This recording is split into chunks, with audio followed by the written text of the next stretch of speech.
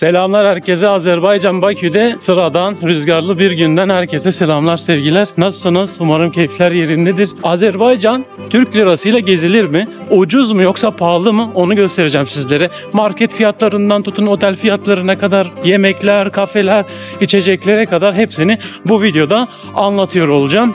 Hazırsanız video başlasın.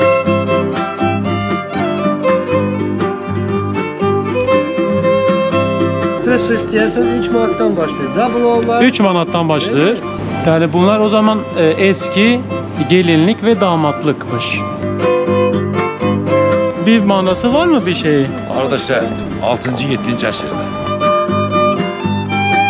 Ne kadarmış? 35 manat. Kralın kızı artık bu yukarıya çıkıp buradan intihar etmiş. Şuna bir bakın ya. Şuna bir bakın.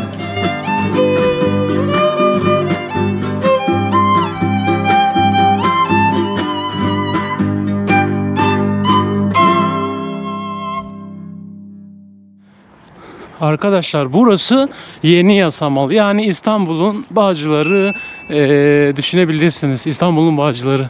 Ben buranın metrosuna, otobüsüne az çok alıştım diyebilirim. Öğrendim. Neredeyse çoğunu öğrendim. Şimdi metroya doğru gideceğim. Önce 77 numaralı otobüse binip İnşaatçılara gidip oradaki metroya binip içeri şehire gideceğim. Buranın herkesin orada takıldığı, gittiği yerlermiş. İçeri şehir sokakları vesaire. Tarihi bir yermiş orası.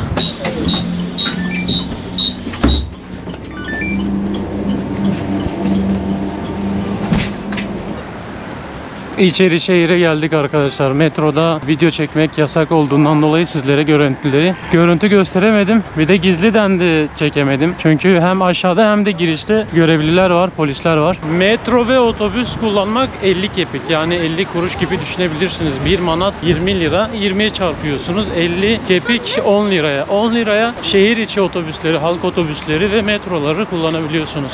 Benim aldığım kartla şu kartı alabiliyorsunuz. Şu kartı 2 manata alıyorsunuz. 2 manata bu kartı alıp içini doldurup her yerde kullanabiliyorsunuz. Bittikçe dolduruyorsunuz. Bittikçe dolduruyorsunuz işte. Şöyle kapısı var. İçeri girelim. Şimdi içeri şehire girdik arkadaşlar.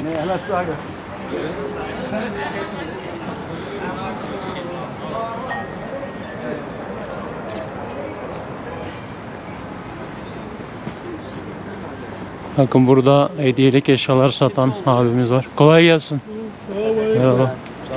Sizlere hem buraları göstereyim hem de fiyatlardan bahsedeceğim. Özellikle mesela restoran yemek fiyatlarını, kafe fiyatlarını, kahve çay fiyatlarını göstereceğim. Hostel ve otel fiyatları belli zaten. Onları internetten de bakabilirsiniz. Ben onu da anlatacağım sizlere.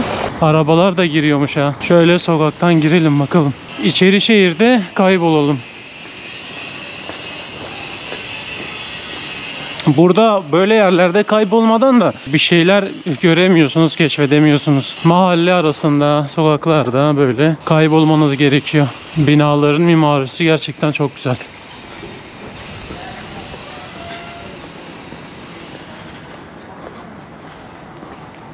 Burada böyle bir tane otel var. Şurada da böyle bir ara sokak var. Bayağı darmış orası. Burada konaklama tamamen size bağlı bir şey. Yani tek başına geliyorsanız hostellerde kalabiliyorsanız hosteller 200 liradan başlıyor. 2 kişiyseniz otelde de kalabilirsiniz. Yani 500'e, 600'e de 800'e hosteller var. Yani kişi başı 400'e, 500'e güzel bir otelde kalabiliyorsunuz. Oteller hostellere göre daha pahalı tabii ki. 1000 lira, 2000 lira, 3000, 5000 liraya kadar oteller var. Ben burada misafir olarak kalmasaydım hostelde kalacaktım. Bir tane hostel bulmuştum 200 liraya. Gayet güzeldi yani hoşuma gitmişti. Fotoğraflardan bakmıştım hostele. Hani paylaşımlı odada kalıyorsun. Hem sosyalleşiyorsun. Yabancı insanlar geliyor. Onlarla kaynaşabiliyorsun. Arkadaşlık kurabiliyorsun. Onlarla beraber gezme fırsatınız oluyor. Bakın burada böyle bir ara sokak. Böyle gidelim. Gayet güzelmiş ara sokakları ya.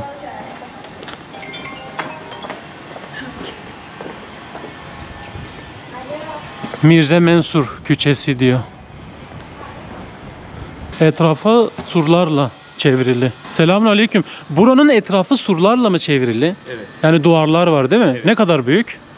Ne kadar büyük? Çok mu büyük? Evet, çok büyük. Değil mi? Tam olarak rakam bilmiyoruz ama. Evet, büyük ama. Ben daha şuradan geldim, hala göremedim şeyi. Bayağı var o zaman değil mi? Evet, evet. İçi... Sınır Hı hı, şey yani duvar.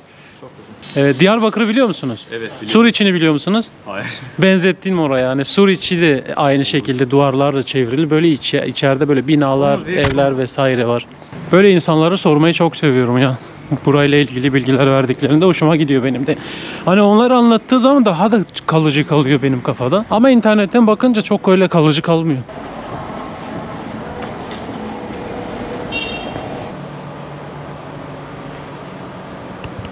Abi böyle burada antika eşyalar satıyor herhalde. Bu antika olacak. Bunlar da herhalde çok eski olması gerekiyor. Papaklar var arkadaşlar böyle. Bakın.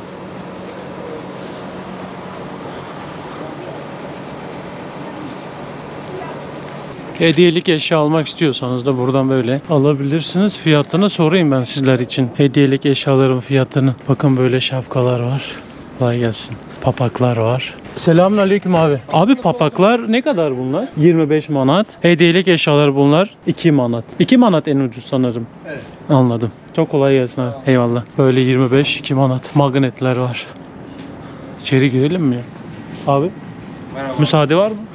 Var var. Eyvallah. Bu şey dikkatimi çekti de Ne abi? geleneksel aynen kıyafet. Yöresel Azerbaycan yöresel kıyafeti. Evet. Geçerken dikkatimi çekti bu arkadaşlar. Bu gelin damat mı? Evet, eskiden gelin damat. Gösterebilir miyim? He? Az bir şey. Merhaba. Merhaba. İsim neydi abi? Elnur abicim. Elnur. Ben de Fuat. Memnun oldum. Güzel, çok güzel. Buraya bakıyorsun. Evet, evet. Bunlar antika eşyalar mı? Evet abi, eski de var, yeni de var. Antika da var, yeni de var. Farklı farklı. Yani bunlar o zaman eski gelinlik ve damatlıkmış. Aslında çoğunlukla bunlar şey oluyor. Asıl çoğunlukla dans kıyafeti gibi kullanılıyor. Evet. Ta eski zamanlarda ise beyle gelin gibi kullanmışlar. Böyle abi burada antika eşyalar satıyor. Hediyelik eşyalar satıyorsun galiba. Evet, evet, evet. Genellikle hediyelik eşyalar ve antika eşyalar satan bir yer burası. Evet, evet. Evet. Şallar var böyle. İnşallah bizim abi. Ne kadar bu şal mesela abi? Kaç manat? 10 manat abi. 10 manat bir tanesi. O ipek değil. Asıl ipekler var içeride 35 manat. İpekler daha pahalı olur. Herkes aynı şeyi satıyor. Herkes halı kilim, papaklar satıyor, kalpaklar satıyor, hediyelik eşyalar satıyor. Böyle fiyat, eğer hediyelik eşyalar almak istiyorsanız da böyle 25 manat, 30 manat, 50 manat. Yani size kalmış bir şey. Hediyelik eşya seviyorsanız, almak istiyorsanız alabiliyorsunuz buradan da. Bu video hem genel fiyatlar olacak hem de böyle gelmişken buraları ben daha önce göstermedim geldiğim günden beri. Buraları da göstermek istedim sizlere. Market fiyatlarını da göreceğiz. Ben de daha market fiyatlarına genel bir şekilde bakmadım. Tam olarak ne kadar vesaire bakmadım. Merhaba, kolay gelsin. Buyuruz. Merhaba, nasılsın? Kolay gelsin. Nasılsın Eyvallah, efendim? teşekkür ederim abi. Sen nasılsın? İyisin Sağ olasın. inşallah. Ne kadar senin kahveler? Ne kadar para mı? Ne kadar? Aynen. Ben zaten genel fiyat Sen ne gösteriyordum. istiyorsun? Tamam ki ne? Sende kahve ne kadar kahve? Başlığı qiymətdə cürbəcür. Ola bilər ki, espresso istəyərsən 3 manatdan başlayır. Double olar. 3 manattan başlıyor. Evet. Çay ne kadar? Çay stəkanı mı? Yani Yerli çayımız 2 manat stəkanı. 2 manat. Yani en ucuz 2 manat ve 3 manat değil mi? Evet, ama stəkanına bakma. Ha, büyük. Anladım. 350 miligram 2 manata məncə gözəl bir Evet, paradır. evet, evet. 5 manatda döyülmüş stəkan. Gözleri ne kadar güzelmiş abi ya. Maşallah olsun. Sizə Vallahi. görə. Maşallah, maşallah. Eyvallah. Köyke bir kardeş. Eyvallah. Əsli hazır əzili Türkler göz olur. Evet, evet. Aynen asıl öyle oluyormuş. Kanımın içinde köneler gelir. Evet, evet, aynen öyle. Çok memnun oldum. Kolay gelsin. olsun, kolay Eyvallah. gelsin. Ben de tam sizlere fiyatlardan bahsederken kahve fiyatını da sormuş olduk. 3 manattan başlıyor. Çay da 2 manat. Genellikle burada çaydanlıkla da getiriyorlar. Direkt böyle termoza falan da getiriyorlar. Onun fiyatını da tam bilmiyorum. Hani daha ona denk gelmedim. O herhalde bir 8-10 manat, 5 manat arasında değişiyordur diye düşünüyorum. Zaten bir tanesinden çıksa 5-6 bardak çıkar.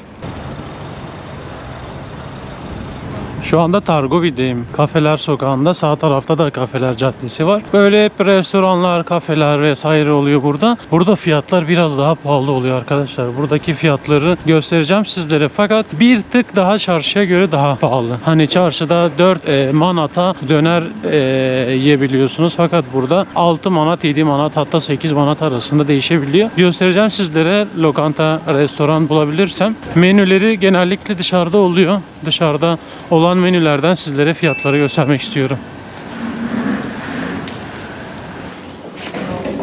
Selamünaleyküm. Kolay gelsin abi. Abi 100 dolar kaç manat? 168. Ne oldu? Düştü mü, yükseldi mi bir şeyler? 2 gün önce 170'i yaptım da.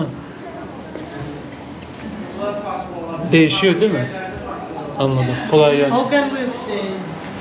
Değişiyor, kurlar değişiyor. Burası bir normal restoran. Sizlere şöyle göstereyim fiyatları. Bu bir de daha iyi yerlerdeki restoranlar bunlar. O yüzden çok pahalı olur yemekleri. Pilavı çok meşhur, Azerbaycan pilavı. İçine bir şey atıyorlar arkadaşlar. Adını bilmiyorum ama kuru üzüm gibi tatlı oluyor pilavları. Bak bu 15,5 manatmış. 300 lira diye düşünebiliriz. 300 lira, 300 lira, 300 lira. Böyle hızlı bir şekilde göstereyim sizlere. Bakın bizim perde pilavımız var. Ne kadar yazıyor? 60 manat. Burada da aynı şekil var. Balık var burada. 65 manat. Burası pahalı bir yer yani. Bu sokak, bu Targovit şehir içine göre daha pahalı. Diğer yerlere göre daha pahalı. Yani şehir değiştirdiğinizde daha da ucuz fiyatlar görebiliyorsunuz veya mahalle, semt değiştirdiğinizde de daha ucuz yerler, daha ucuz yerlerde yemek yiyebiliyorsunuz. Çorba 300 manatmış. 300 liraymış. 15 manat. 6 manata var. 6 manat, 6 manat. Kahvaltılık 6 manat. Ana yemekler daha pahalı. Ana yemekler diğer yemeklere göre daha pahalı oluyor. Bu ana yemek 60 manat, yani bayağı pahalıymış bu. 15 manat, 300 lira. Bunlar 300 lira arkadaş. Ortalama yani 300 lira, 300 lira. Bak bu daha ucuz. 200 bir şey lira. İçinde o dediğim şeyden var. O tatlı olan var ya, kuru üzüm. Ondan var. Buradaki yemekler böyle. Hamburger fiyatlarını göstereyim sizlere. Bakın hamburger 7,5 manat, 11,5 manat yazıyor. Bu sadece tek hamburger 7,5 manatmış. 6,5 manat tek hamburger, 10 manat, 200 bir şey lira. Ortalama 200 lira. Aynen. O 180-200 lira arasında değişiyor fiyatlar. Burada yemek yer miyim bilmiyorum. Burada çok pahalı olur ya. Ben buraya, Azerbaycan'a ait bir yemek yemek istiyorum. Onu da bilmiyorum. Bir yerde yeriz. Burada ortalama kişi başı 400-500 lira. 500 lira yemeğe gözden çıkarabilirsiniz. Bunu daha da ucuza getirebilirsiniz tabii ki. Ama 500 lira olarak düşünürseniz size kalmış. Hani en azından hayal kırıklığı olmasın. Evdeki hesap çarşıya uymadı hesabı olmasın. Ona göre yani 150 liraya da yemek yiyebiliyorsunuz. Döner yiyebiliyorsunuz. Ben mesela videolarımda var. 40 liraya, 45 liraya döner yedim. 60 liraya döner yiyorum. 70 liraya döner yiyorum yani, içecekle beraber. Buraya geldik yemek yiyelim derseniz de buraya bir haftalığına falan gelirsiniz abi. Burada yersiniz. Buranın yöresel lezzetlerini tadarsınız. Tadına bakarsanız onları denersiniz. O size kalmış bir şey. Buraya gelip de bizim gibi hani döner yiyin, şunu yiyin, bunu yiyin, ucuz takılın diyemem sizlere. Biz gezginler böyle hani ekonomik geziyoruz. O sebepten dolayı biraz dikkat etmemiz gerekiyor. Bu Targovi yazın çok kalabalık oluyormuş. Yani yaz aylarında geceleri tıklım tıklımmış burası. Dolup taşıyormuş yani, yer kalmıyor burada. İğne atsanız yere düşmüyormuş. Her yerde restoran var, her yerde yemek yerleri var, kafeler var. Binaların yapısı çok güzel yani.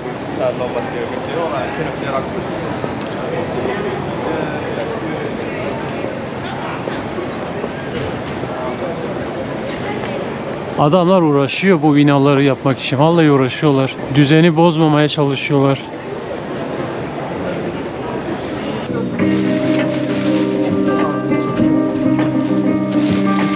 Bakın burada döner fiyatları daha ucuzmuş. 2 manattan başlıyor. 40 liradan başlıyor. 40-45 liradan başlıyor ve arkadaşlar benim ağrım başladı yani. Burada da böyle market var. Burada da bir tane dönerci var. Bakın oradaki döner çok ucuzmuş yani. Dönerleri ben çok beğeniyorum ya, buradaki dönerleri. Geldiğim ilk günden beri öyle döner falan yiyorum. Hoşuma gidiyor döner, şavurma falan. Yani böyle bir yerde, Targovi'de bu kadar ucuza döner bulabileceğimi zannetmiyordum. Ama döner yer miyim bilmiyorum. Döner yemem ya. Bir buraya has bir lezzet yiyelim, geldiğimden beri hiç yemedim. Abi bu ne ya? Ben normalde araba sevmiyorum fakat yani böyle de bu araba sevilmez mi arkadaşlar? Bu ne ya? Bu ne? Arabalar çok ucuzmuş yani. O gördüğünüz araba bilmiyorum ortalama ne kadar ama anlamıyorum fiyatlarından. Ama ucuzmuş. Burada araba fiyatları ucuz. Araba fiyatlarını merak ediyorsanız yorumlara yazın. Ben de ona göre belki sizlere için, araba severler için, fiyatlarını merak edenler için bir araba pazarına gidebilirim. Genel araba fiyatlarına bir bakalım, ne kadar? İkinci el var mı yok mu? Sıfır var mı yok mu? Fiyatları nedir? Türkiye'ye getirsek nasıl olur? Türkiye'de kullanabiliyor muyuz? Prosedürleri nelerdir? Onları anlatmak istiyorum sizlere, göstermek istiyorum. Var aklımda öyle bir şey. Yorumlara yazın bakalım.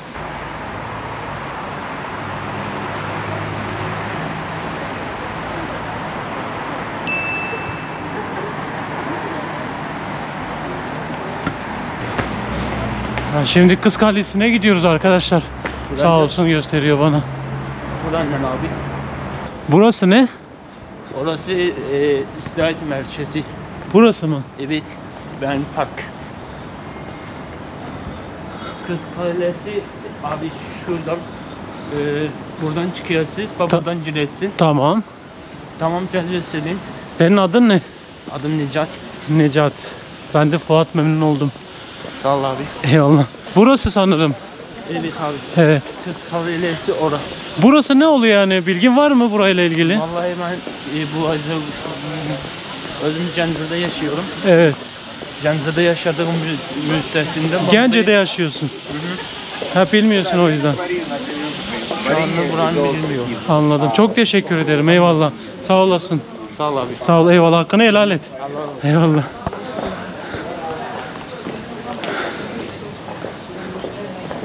Abi burası Eskişehir mi oluyor? Evet. Aa, içeri şehir değil mi bu? İçeri şehirde. Bu da Kız Kalası. Kız Kalesi bu. Bəli. Kız Kalesi. Eskişehir'de yazıyor. Eskişehir. Bunun ne tarihi nedir? Bunun bir manası var mı bir şey? Hardasa 6-cı 7-ci əsrdə. 6. 7. Bəli. yapılmış burası. Bəli, bəli. Ne bir şey hikayesi var mı peki kısa böyle bildiğin? Neden Kız Kalesi mesela? Xanın qızı olub, xan Evet. olub. Xanın qızı üçün tikdi. Öz Üstün, qızı üçün, bəli. atlıyor mu oradan? Bəli. Yani intihar mı etmiş Evet, orada? Ha, tamam. Çok teşekkür ederim abi. Kolay gelsin. Sağ ol. Sağ olasın.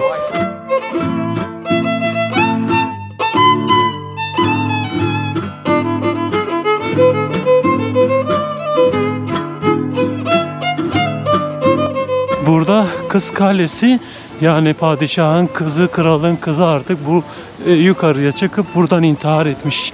Böyle bir hikayesi var. Tam olarak hikayesini, ayrıntısını bilmiyorum ama böyle duymuştum ben. 2001 yılında UNESCO Dünya Mirası listesine alınmış burası. 12. yüzyıla ait bir eser. Bilinmiyor ama daha da eski olabilir. Yani Wikipedia'dan baktığıma göre 12. yüzyılda yapılmış. Şimdi bir markete gireceğim. Bravo diye bir market. Her yerde görüyorum. Bir Star var, bir Bravo var. Bizim Türkiye'deki BİM, A101 Şoklar gibi herhalde. Bilmiyorum ama Migros gibi. İçeri gireceğim. Sizlere fiyatları göstereceğim. Konuşmayabilirim. 20 ile çarpalım fiyatları.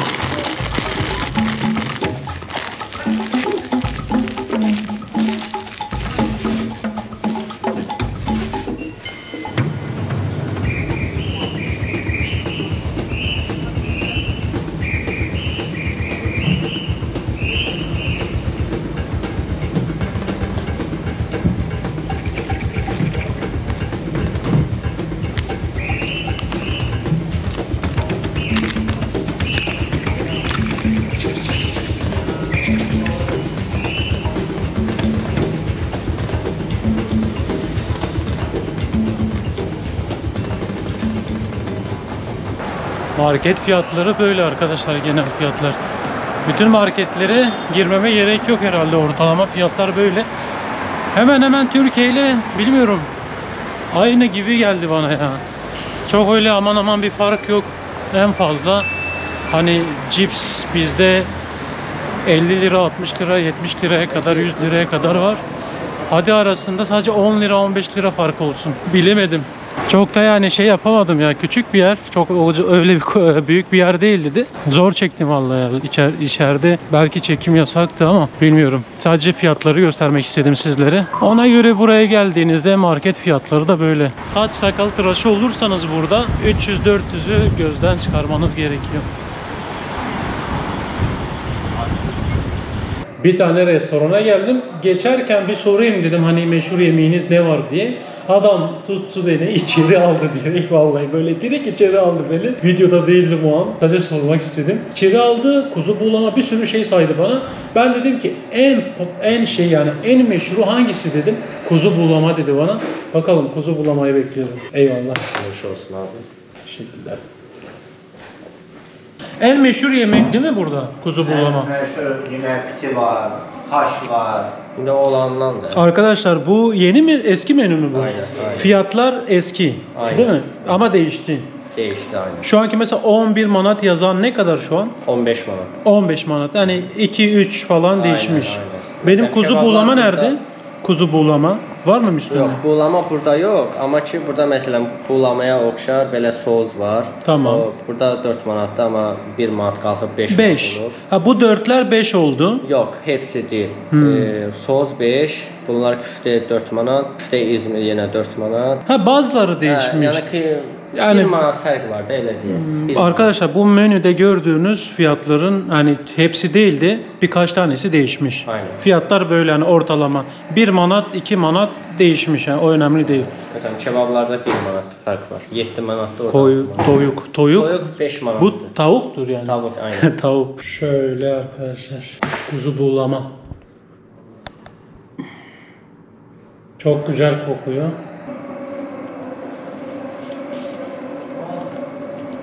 Bu 6 manatmış, yani 6 çarpı 20. Şuna bir bakın ya, şuna bir bakın. Valla dışarıdan bakınca poğaçacı, Dışarıdan bakınca küçük bir fırın, hani küçük pizzalar olur, poğaçalar olur, simit, Aynen. mimit. Ben dedim herhalde bu şey, hamur işi. Ha. Abi beni bir içeri aldı, bir buraya getirdi, arka planda restoran varmış. Vallahi çok Biz de teşekkür böyle. ederim. Eyvallah.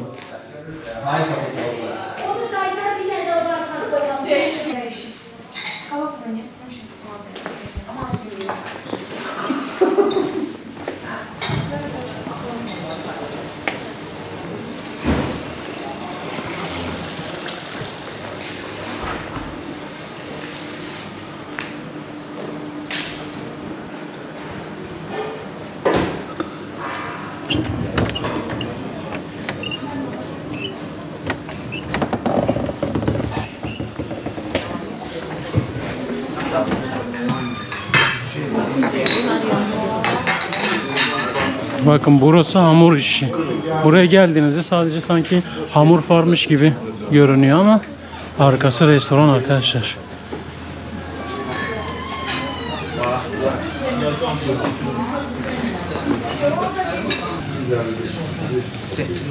Onu manat verdim sana. Aynen. Çok teşekkür ederim. Kolay gelsin.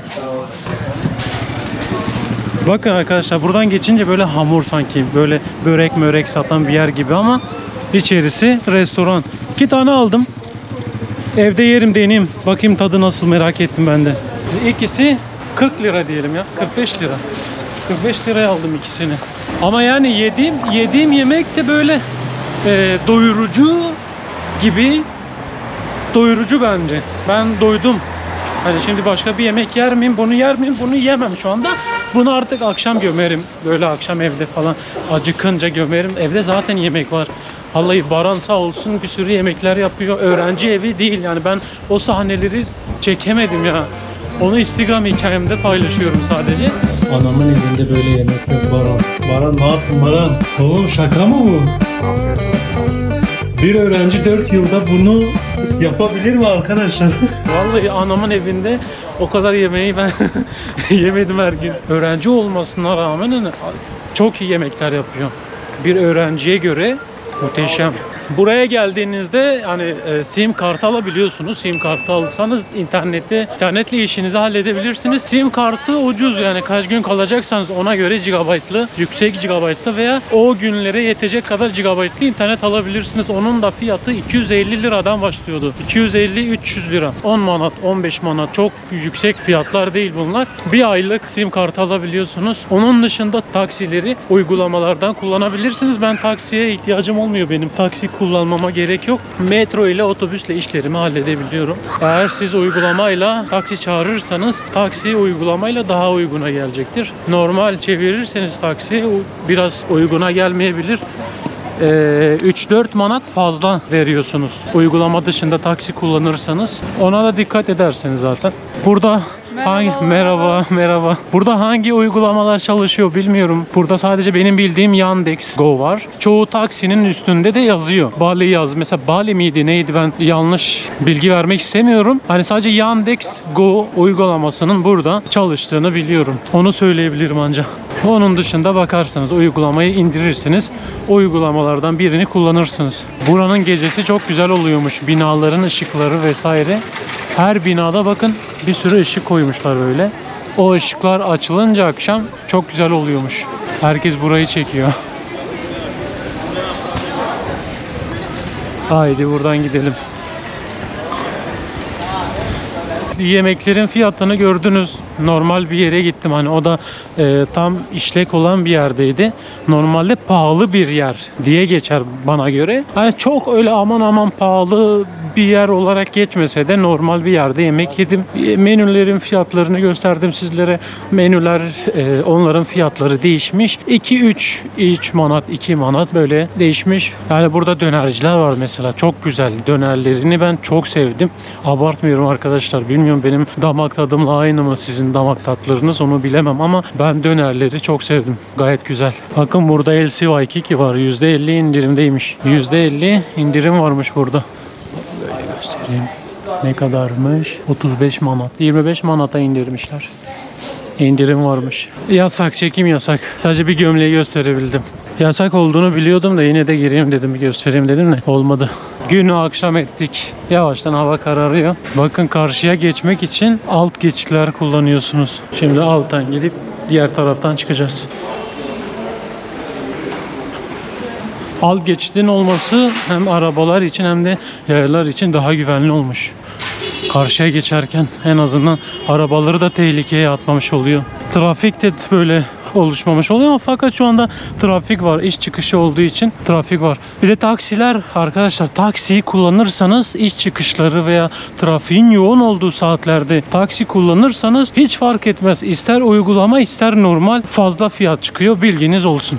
Ben yavaştan eve doğru kaçacağım. Hava çok soğuk. Tişört giydim böyle. Bunu giydim. Gündüz hava güzeldi, güneşliydi. Ama akşam çok soğuk oluyor. Ben geldiğimden beri akşamları hiç dışarı çıkmıyorum.